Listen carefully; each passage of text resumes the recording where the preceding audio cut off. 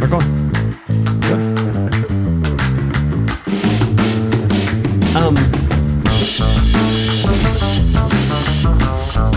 Good. I've actually been talking to a couple people that have listened to it. The funniest thing is that the people that are listening to it most are, I think, are young adults, my kids, and I think probably the reason why is because they want to find something wrong with it.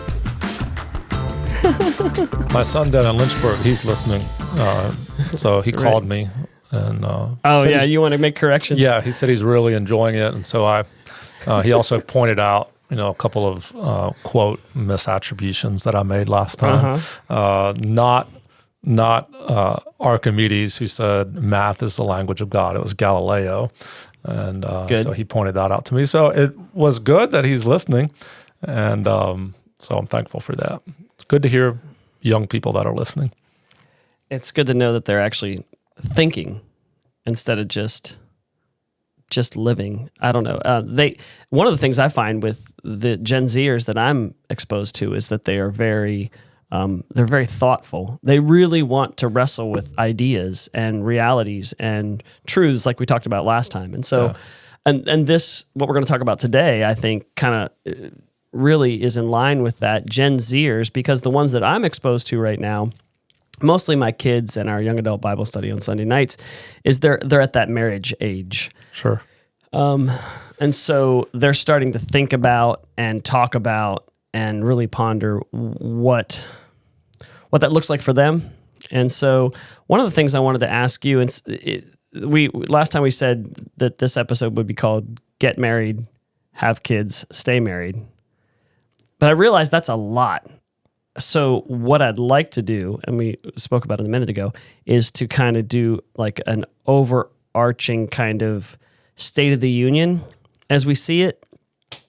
And to do that first, I think what I'd like to do is give a little bit of our bona fides. Is that what they call it?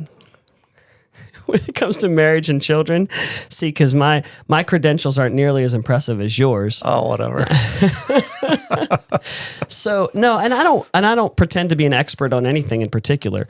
I'd say I'm probably an expert on starting a small business, a very small business, and employing a few people, and in this particular industry.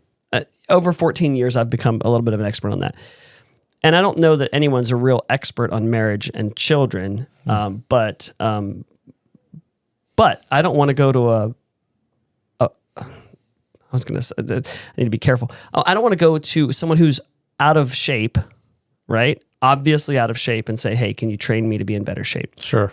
Okay. Yeah. So same thing. I don't want to go to a marriage counselor who's been divorced 3 times. I don't want to go to a pastor whose life is a wreck and ask for advice.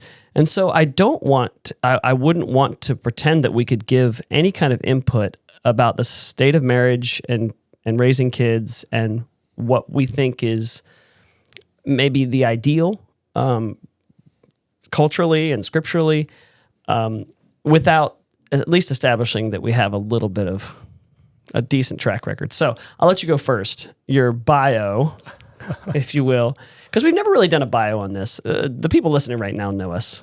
You know, there's no one's going to find us really that doesn't know us very well. But so, well, I like to think of that concept, particularly my own background, in terms of there's formal experience and then there's informal experience, and both of them are very valid means of growing yourself and developing yourself into who God is calling you to be. And Jay Temple, who is a missionary partner of our church, I've used his phrase before with my own kids that he used with his kids, and that I may not necessarily be smarter than you as a young person, right? But I definitely have more experience than you. So what I can offer you is out of my experience. I can help, good and bad, guide you through what has happened to me over a longer period of time, where particularly for my children, you have a smaller period of time that you're able to gain particular experience Yeah. in life. So, as you know, you can have a lot of knowledge, but until you do something with it, it's hard to really put that knowledge into practice and figure out how it works. So I don't know what all you want to talk about in terms of background. Well, I would say, you're married, yes? Yeah. How long? How many kids? And I think it's also important when we say raising, and maybe kind of an age range of your kids. That'd be kind of helpful, I think. Yeah. So Nicole and I have been married for 25 years this past June. We have 7 children. Seth will be, my oldest, will be 21 in a week and a half. And my youngest is 8 years old. And so they all fall in between that span. And so my experience, particularly as it relates to this topic, comes mostly out of pastoring over the years, working both with premarital couples in challenge, couples who just want to kind of improve their relationship with one another. Yeah. So that gives a little background on kind of what helps me have a little bit of insight into our topic today. I'll say also just the cultural experience of dealing with people in our day right now that are in relationships or relationships that become broken based on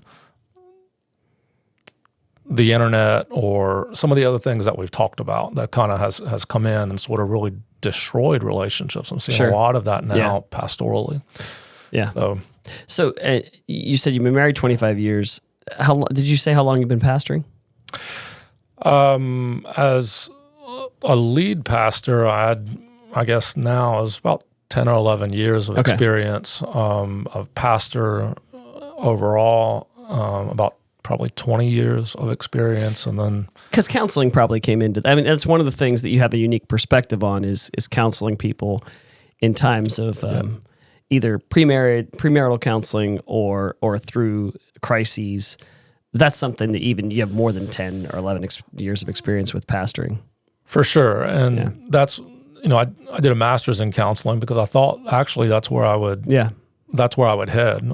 Actually, when I finished that up, I thought we would go, Nicole and I would go directly to a church and not pastor, but actually serve and develop a counseling ministry out of the church, out of a church home. But the Lord had other plans in that. But it was very helpful for me to go through that process to learn a bit about people and how to counsel. And so I'm not a pastor, just so for my, not credentials, but at least my bio a little bit. I'm not a pastor, but I've also been married 25 years. That's actually, we met each other it was in 2000, right after we'd both been married. You all are almost a year ahead of us, I guess, 8 or 9 months ahead of us. We're March. So this coming March will be 25 for us. Yeah. So 25 years, we have Brandy and I have 4 children in age range from 21, again, down to not to 8. That's we cut it short. And that's actually one thing to talk about is how many kids should we have, if that's even a question that we should ask or talk about. But being 2 years from 50 and still having an 8-year-old in the house. Yeah, I can see how that's a little bit of a challenge. But so mine 21 to 14. Our youngest is 14. Okay. So but we're just now starting to get into this these conversations about, and we talked about this a couple episodes ago, is that we have now our second oldest, who's 19, has proposed to a young lady. They are preparing to be married it's less than 2 months now. No, it's just about 2 months, just over 2 months. And so in that discussion, I'm thinking, okay, have we trained him well? And that's one of the things too, I think. Well, let's back up. What would you say when you think about the state of marriage, like the state of the union, if you will, with marriage we can only do it in the context of maybe our region or our country in the Western world. What would you say is the state of marriage? And I can bring some statistics to it as well, but I think you pretty much know what those statistics reflect. What would you say as a pastor? Marriage does not hold the same value, at least culturally, as what it did at one point, particularly because of, in the U.S., I would say once we affirm marriage in all the different ways that we can affirm, quote unquote, marriage at this point, whether it's, a man and a woman, or two men or two women, or whatever. It really dumbed down marriage. Yeah. So it made it less sacred, less respected. And so you have more people asking, what's the point of getting married? Maybe not necessarily in the church so much, but certainly in the culture. A lot of people. Yep. Or like, why bother? What is really the point of this and getting married? And so I think the culture has less and less of a respect for marriage. I think it is really a reality, or it may become a reality, that we may rarely see marriage in the culture in the future. Maybe something that really kind of pulls out of the culture altogether, and that is really something that's seen in the church as one of the, archaic vestiges of a time gone by. And I hope that doesn't happen, but that is certainly something that I think could be a reality in the future.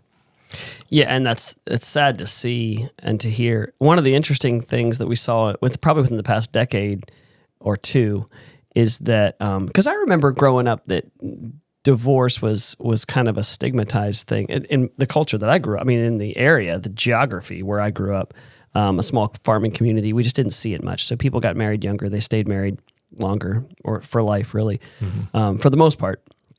And so one of the things we saw recently in the past decade or two is that the divorce rates have gone down.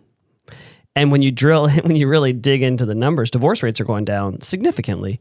And it's because people are opting out of marriage, right? They're just cohabitating instead. They're not getting married. The divorce rates are going because they're just, I'm trying to think of the other, there's another factor in there of why divorce rates are going down. But that's one thing that we just didn't deal with much in my childhood, was divorce. The other thing too is that people are getting married later. Do you see that? And to what do you attribute that, the getting married at a later age? And is that something that is it inherently unhealthy or healthy, or is it totally subjective in your opinion? And we can drill into that a little bit too. Yeah, I think there's a lot of factors in that. I think, 100 years ago, we were mainly an agrarian society. And so how I grew up on a large family farm, when you were, 10, 11, 12, you began working the farm. You grew up building those skills. For me, when I was 10 or 11 years old, I was already driving a car, which, you can't do today. I mean, in most circumstances, had experiences. My dad did have a farm early on, but kind of ran a small business later. But I guess what I'm getting at with that is you grew up in what we would call those adolescent years. Those adolescent years were used to build a skill, generally in that time period, farming or working the ground or whatever kind of your family did as a son. Yeah, you kind of grew up to where when you were 18 or 19, you were very skilled. Like, I have cousins who worked on the farm. They were planting, they were, driving trucks, they were doing all these things to earn an income. And that's what they determined they were going to do for the rest of their life. So at 18, 19 years old, they were ready to get married because they had a focus, they had a career, they had a means to support a family. Yep. Whereas you fast forward now, it's 18 years old before someone gets out of high school. Whereas most of my uncles who worked the farm quit school at 15, 16. And kind of in our culture, we would say, oh, that's horrible, that's awful. But it served them well for where they were focused. They really didn't need the additional education, where we push everyone, you got to have a high school education, you got to finish. And I'm a proponent of that. I think it's good to learn and to be, those sort of things. But then now we're saying, okay, now you got to go an extra 4 years for that to figure out what you want to do. And so you go 4 years of college, and then you've got young men who still come out at 22 years old who are like, I'm not quite sure I know what I want to do. Right. So let me do a 2-year master's now. And so you get pushing farther and farther out. and again, I don't think that's the whole of it, but I think it's a piece of it, that people don't have a life's direction necessarily at a younger age, like what they maybe had 50, 60, 70 years ago. And I'd hesitate to say, is that a good thing or a bad thing? But a lot of times we make judgments about more education's better, and we say that more education's better. And I would agree with that as long as it's actually education. Yeah. I think taking longer to learn less, and that's another thing that we could talk about, the state of our education system, because you've also been an educator, but we take longer to learn less these days, or to teach less than we used to. And so that's not more education. That's just less efficient education for the most part. And so where I would agree with you that a lot of times, we can make those judgments, more education's better, but a lot of times we think, oh, it's better now because people are going to college and learning more. And I would say, it's better that we're getting married later because we know ourselves. It's funny the things you hear from people. When I say my 19-year-old's getting married, and people say, well, they don't necessarily say this, but if you were to say, just hypothetically, what if a 19-year-old got married? They don't say that to you because your 19-year-old's getting married. But if you say to somebody, what do you think 19's too young to get married? 90% of the people you ask would say, oh yeah, you don't even know who you are by 19, right? And so I pulled up some statistics. I could put them on the screen, but I won't bother. But it's in the 1950s, the median age, so in the middle, half more, half less for the median. Every people that didn't take statistics, but was 22 and a half years old for men and 20.1 for women in the U.S. So that's 1950s. And now it's 30 for men. I didn't realize that. 30.2 and 28.4 for women. Wow. And so, and if they're college educated, if they postgraduate degree, it's 31 and a half for both men and women. So while you can make a judgment and say education's good, the way we're doing education does, and again, I'm not going to place any kind of judgment on it at the moment, but it definitely pushes out that age at which people get married. I think and again, I don't want to veer too far off topic here, sure. But when you think about the modern educational system, the reason why, or part of the reason why we push, you got to go to 12th grade, you got to be enrolled in school for 6, 7, 8 hours a day. It's a big portion of the why that system was created was to allow for children to be managed while parents are working, and particularly both parents are working. Right.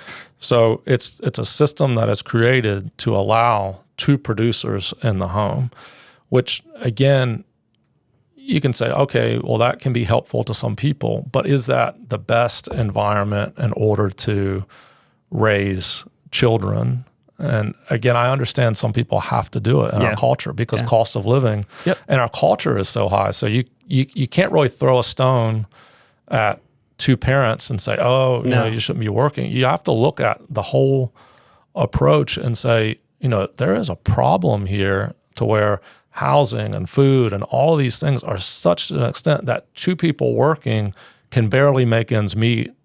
And are required to work, required to put their kids in school in such a way that they can be, they have to have this time in order to work. It's a whole systemic problem that I'm not sure you can fully unravel it.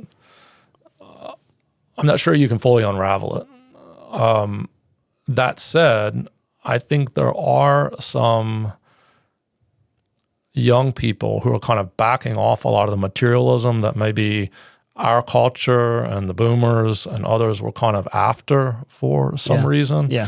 That the current younger generation is sort of almost repelling against that and saying we don't need all those things. We don't need to have a lot. I don't need a big house. I don't need, like my grandparents on my dad's side, their home that they lived in all their life. They had one home that they lived in all their life. that, if I remember right, I think they paid like $5,000 or $6,000 for it, which was they raised 3 kids in it. It originally had 1 master bedroom and an attic that they converted into 2 bedrooms. 1 bathroom. 1 bathroom. They added on a living room and a bedroom later on in life.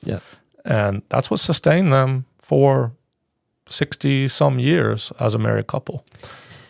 It's interesting you said the system that's been created, and I know it was just as you were speaking, it wasn't an intentional phrase that you used, but I'm going to put my tinfoil hat on for a second. Yeah.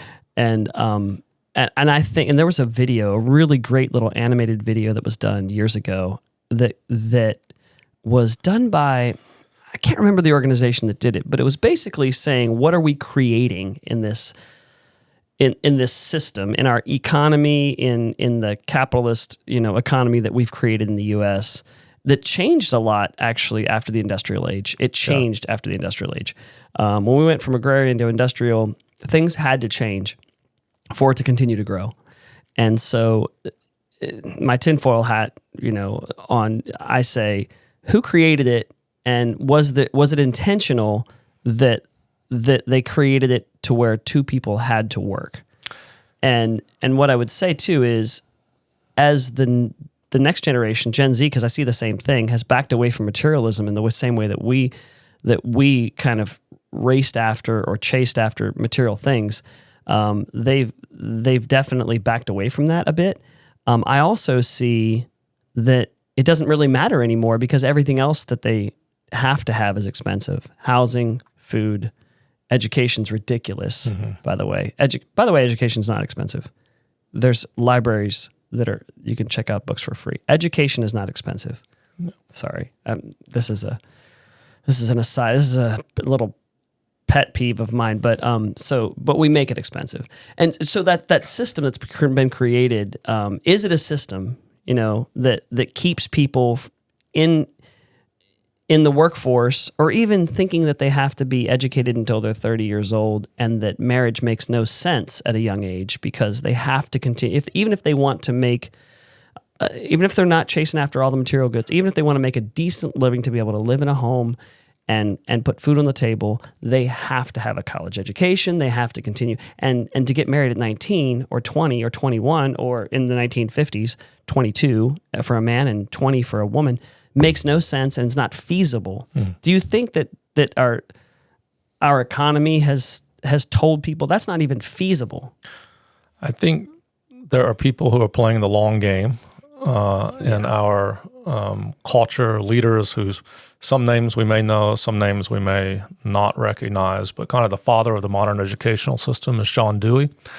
John Dewey said, it is in the national interest that children would be not raised by their parents, but raised within a system in which, they essentially espouse the values of the government, what the government's values are in order to be producers. Right. Right. So you pull the kids out of the home, you put them into an environment where the state is determining what they learn, how they learn. And you look at that today. I mean, so even God opened the door, back in 2009 for me to help launch a Christian school. And one of the things that prospective parents would come in and ask would say, well, are you accredited? Are you accredited? Well, what does accreditation mean? Right. There's some good things about accreditation. Are you blessed by the government? Yeah. That's exactly what it means. Does the government...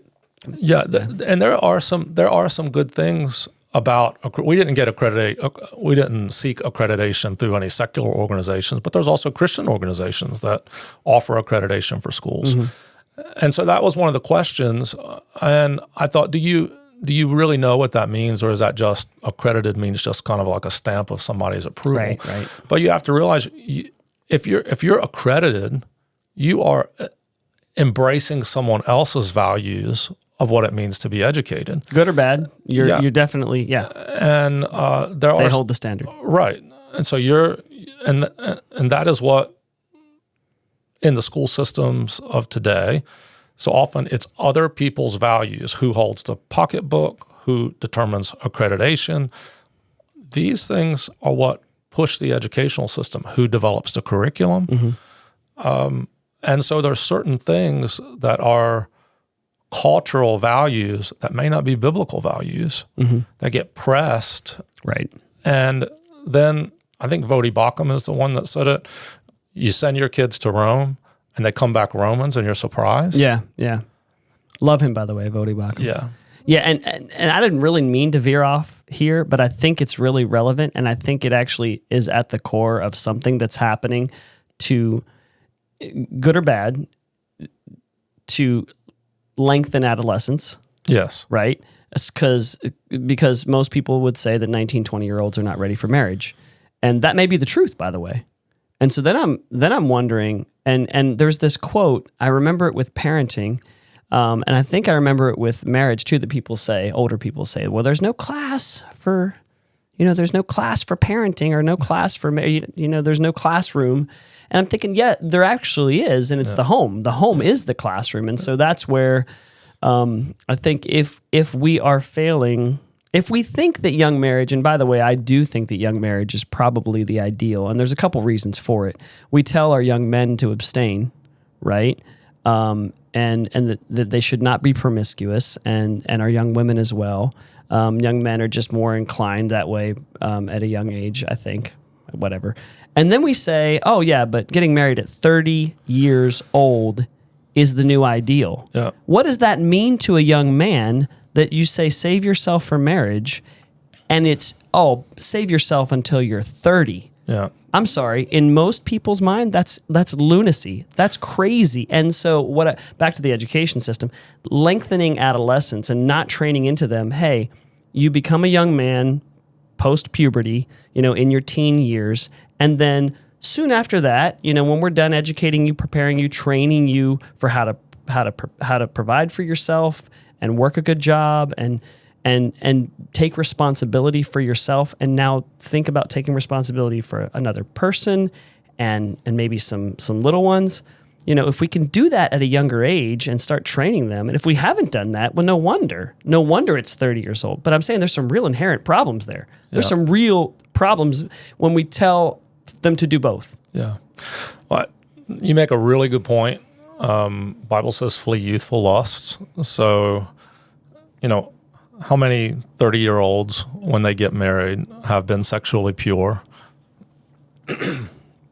both in terms of the actual physical acts, but also in terms of, looking at pornography or other things? How many have maintained sexual purity, to 30 years of age? Yeah. I would say that number is pretty small comparatively to those who may get married at 18, 19 years old. Yep.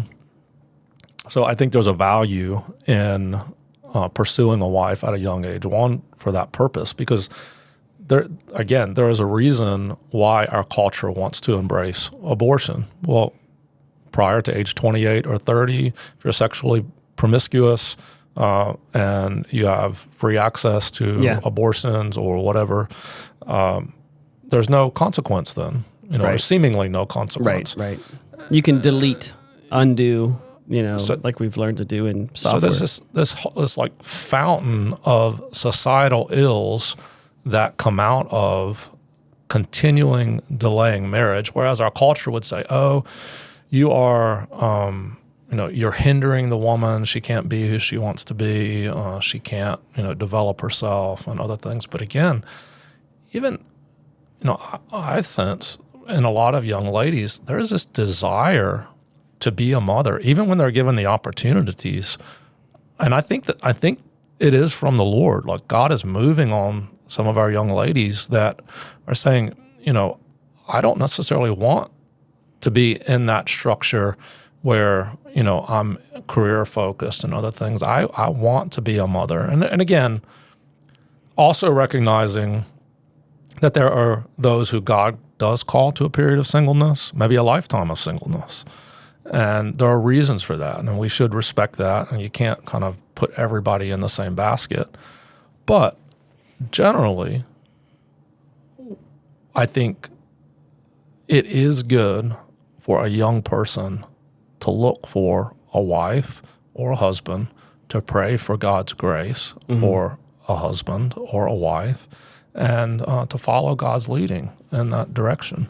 I mean, it's obvious that the things that we've placed in instead of, and because that's what's happened in the past, if you want to go back 100 years or even 70 to the 50s, it's talking about instead of getting married after your education, which more and more people, and I'll make Toby's opinion.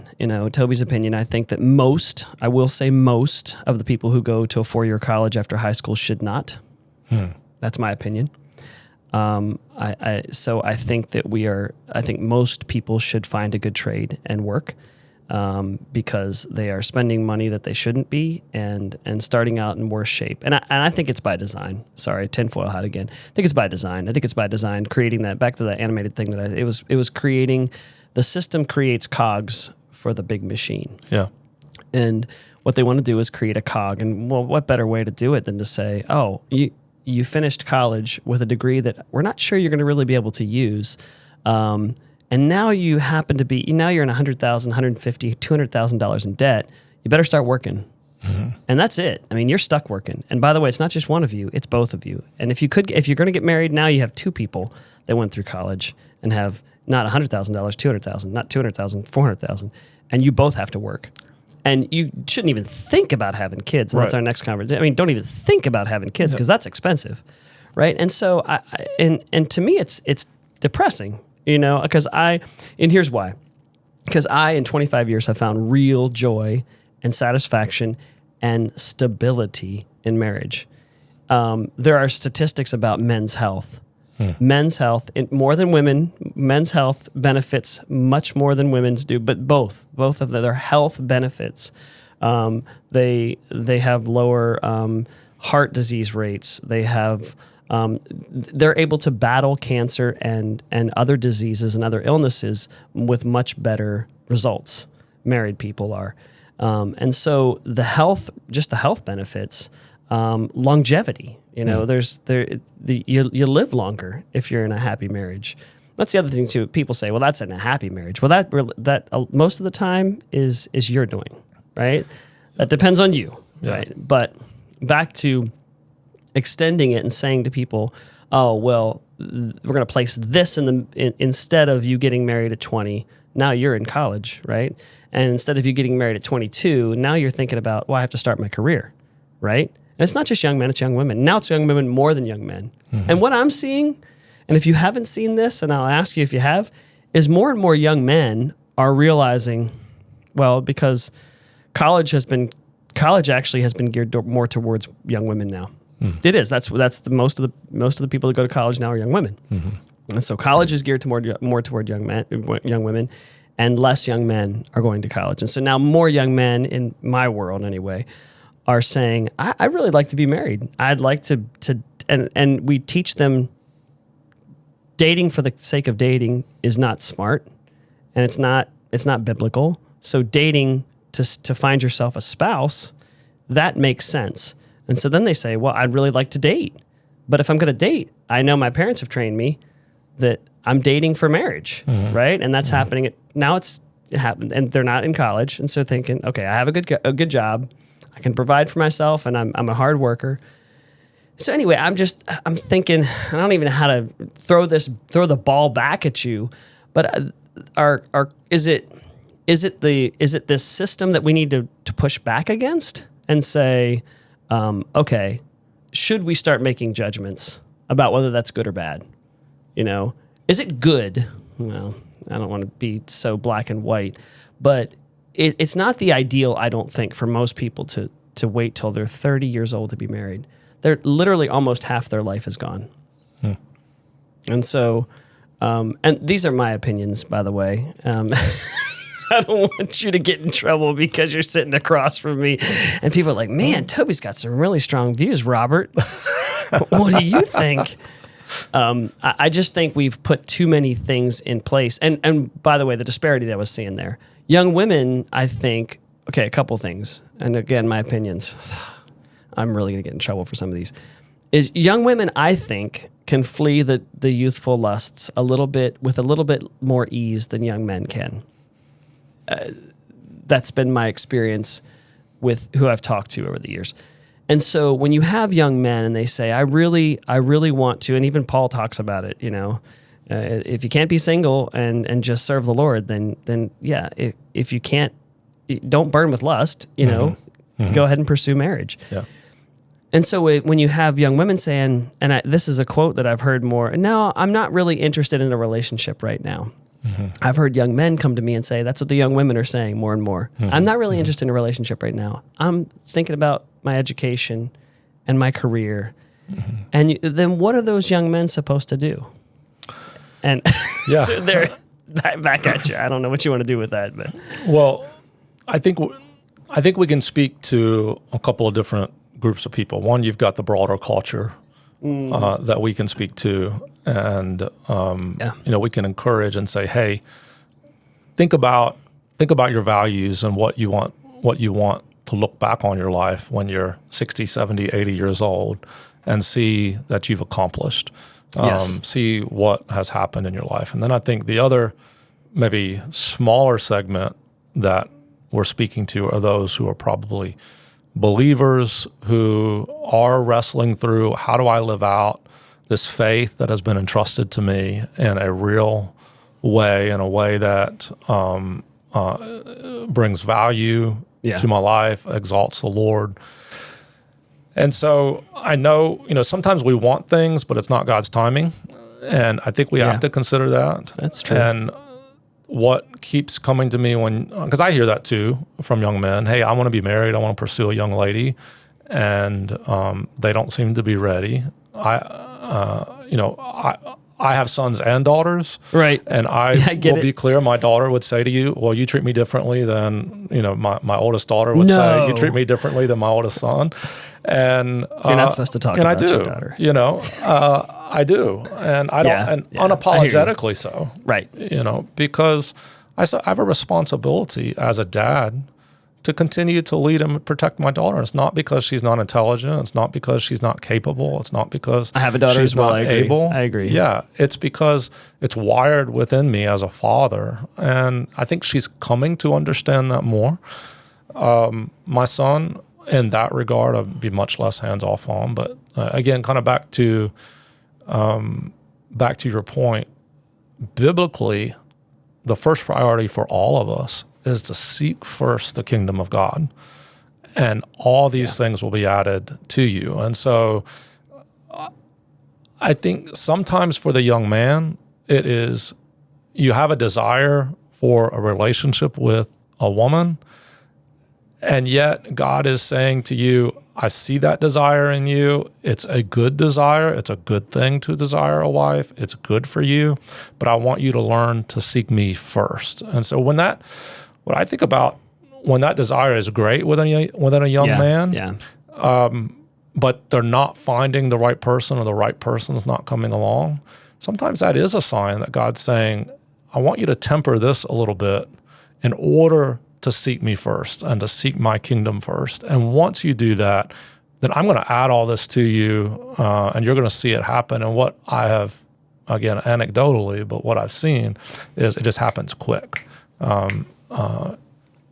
You see it happen rapidly and fast. Once we kind of back up, we put our focus on what it should be, then God just kind of brings things to fall in place very neatly and very easily.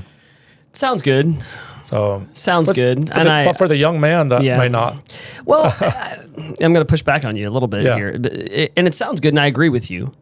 But if I didn't look at statistics and says that our culture around us is pushing more and more and more towards very, very, in my estimation, I mean, I got married at 25, and I think that was probably, for me, that was fine. It was probably later than I should have gotten married, in all honesty. But she was, my wife was in the Peace Corps 2 years after college.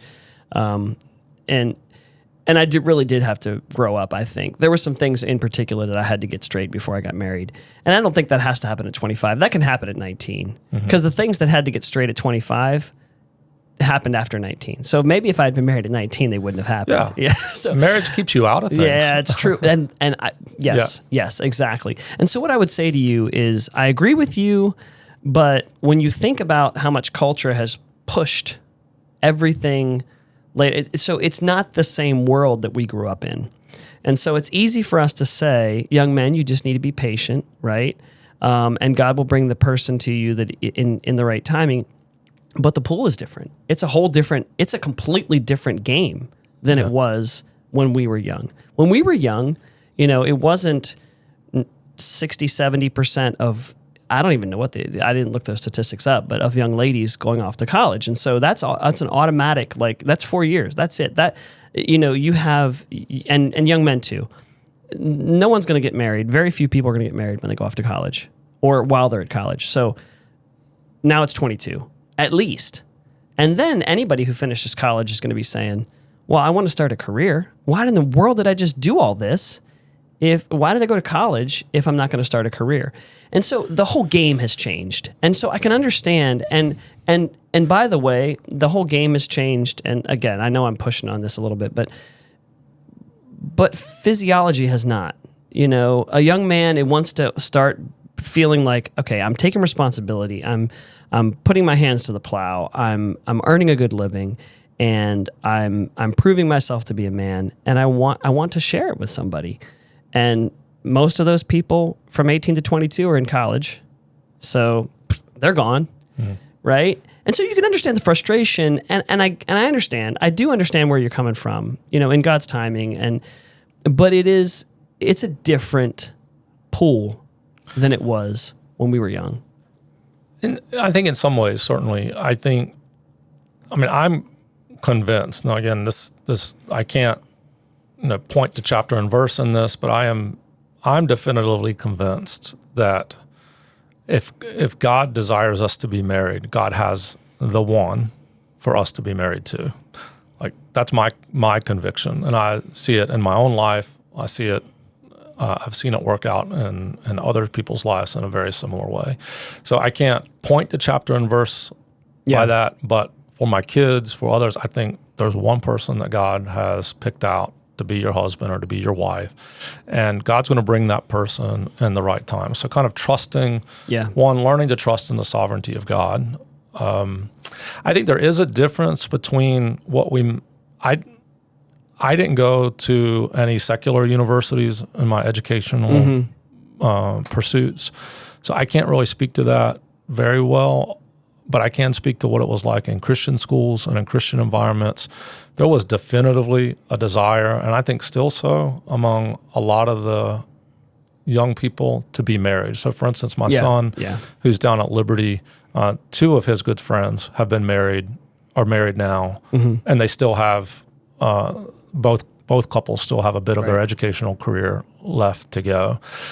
I think as a dad of a daughter or of daughters, one of the things that I want to see in a young man is a pursuit of direction. Seeing, okay, I'm called to be the provider of my home, and I'm going to provide. I've got a direction. I've got the ability to lead. And again, I'm not expecting somebody who's going to say, hey, I'm going to make $1 million, or I'm going to do this, or I'm going to do that. I want to see a young man who has clear direction on where he's going and is not going to force one of my daughters to take the lead in every area of the home, financially, spiritually, and that he says, this is my responsibility. I want to lead, not in the lording it over way, but I want to set the tone spiritually in our home. Yeah. I want to be the provider of our home. And I'm pursuing that with all that I have. And even within the church, I think we see some young men at 18, 19, 20 years old who are still directionless. They're not at the place where they could provide for a family. They're not at the place. And I think if you're not, you probably shouldn't look to get married at that point. And that would be my qualifier. And I think I'll back away for a second from the young men that I see that have started to really say, okay, I'm putting the things in place, and I really would like to find a spouse, someone to share life with. and I don't want to wait until I'm 28, 30 years old. Back to the general culture, I think we're raising little boys for the most part, which is this is the sad reality is that we're not preparing young men for marriage because we're not preparing young men or allowing them to be boys way too long.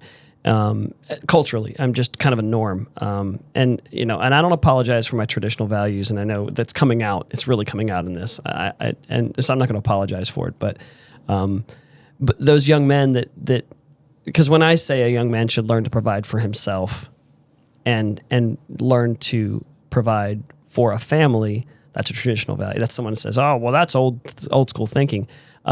That's my thinking. And so I think I agree. Those are some things that the young man has to be willing to work and provide and do whatever it takes to do that. And then provide spiritually, provide safety and security and stability, not just economically, right, but in every sense of the words.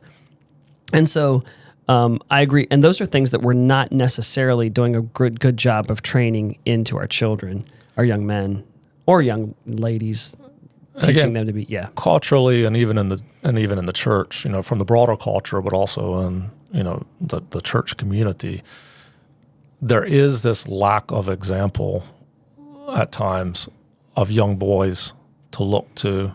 Fathers are absent from the home.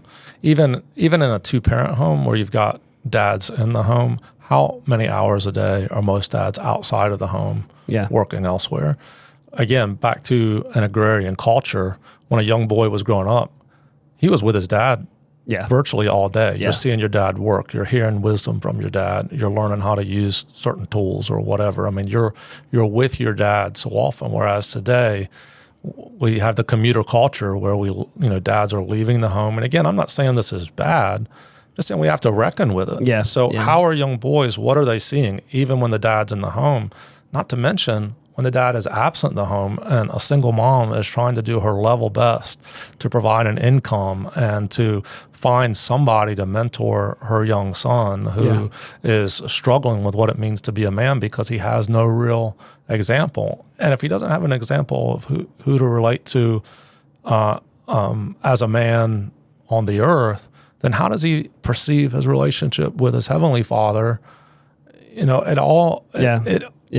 And it just goes to show you, one, the craftiness of the enemy. And again, I don't want to get too far away from where we are but it is generally a systemic problem that you have to pull it back to its bare roots and the embracing of biblical values. That really is the option that we have to kind of heal this problem. Fathers should desire to be present as God himself is present with us. It's interesting that marriage, okay, so obviously God ordained the union of a man and a woman in creation. And then obviously in the New Testament, it talks about the bridegroom and the bride being the church and the bridegroom being Jesus. And so there is this picture of marriage, and it's really significant and it's really important that we then, and Paul talks about this in many instances, that our marriages should reflect that it should reflect that. We should be giving ourselves in marriage in a way that reflects what Jesus did for the church. And so that's another thing that's another reason why I think marriage, healthy, happy, not to make it sound too, I don't know, pie in the sky, because marriage is tough. It's tough taking my flawed humanity and slapping it in a building for the rest of my life with another person who's flawed and human and saying, let's be happy together. It's hard, but especially in the first few years. Well, the first year or two, you're like, oh, this is great. And then it's like, whoa, what did we do? All that said, where was I going from there? Marriage should be a reflection of love and sacrifice that God reflects as in in the story of what Jesus did for the church. Yeah. And so I think it is a real clear, and that's the reason why we can't abandon it. We can't abandon it. We can't say, well, it's not that important. It is important. I think, again, Toby's opinion, it's a really, really important model if we want to understand what Jesus did for the church, for his bride. And so and that's why I think it's worth fighting for, and it's worth helping people understand a little bit more, and it's worth encouraging our young people to desire it, I think, because of what it reflects. And not only that, I would say for what it does for people is it teaches you, and we're not even going to get into so this one's only going to be called Get Married. This is not going to be get married, have kids, stay married. This is just going to be called Get Married. And maybe not even that. Maybe this is just Toby's and Toby's rant and Robert's reply. But I think it's important that we encourage people, and I've lost my train of thought, and I apologize, but you had a thought.